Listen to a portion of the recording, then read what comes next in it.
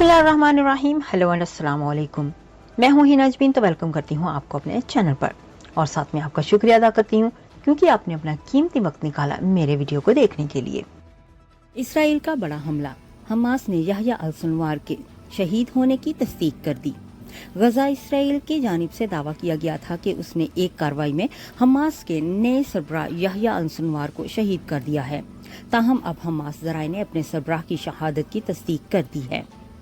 इस हवाले से हमास का कहना है कि याह्या अल-सिनवार को रफा में इसराइली हमले में शहीद किया गया है।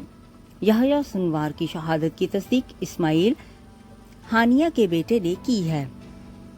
इजरायली फौज का कहना है कि उनके रफा के इलाके तल सुल्तान में याह्या सिनवार से झड़प हुई। वो फौजी लिबास में थे।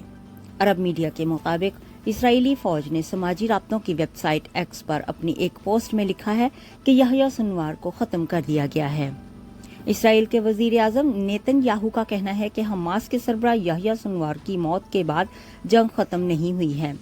सिनवार की मौत हमास के जवाल में अहम संग मेल है।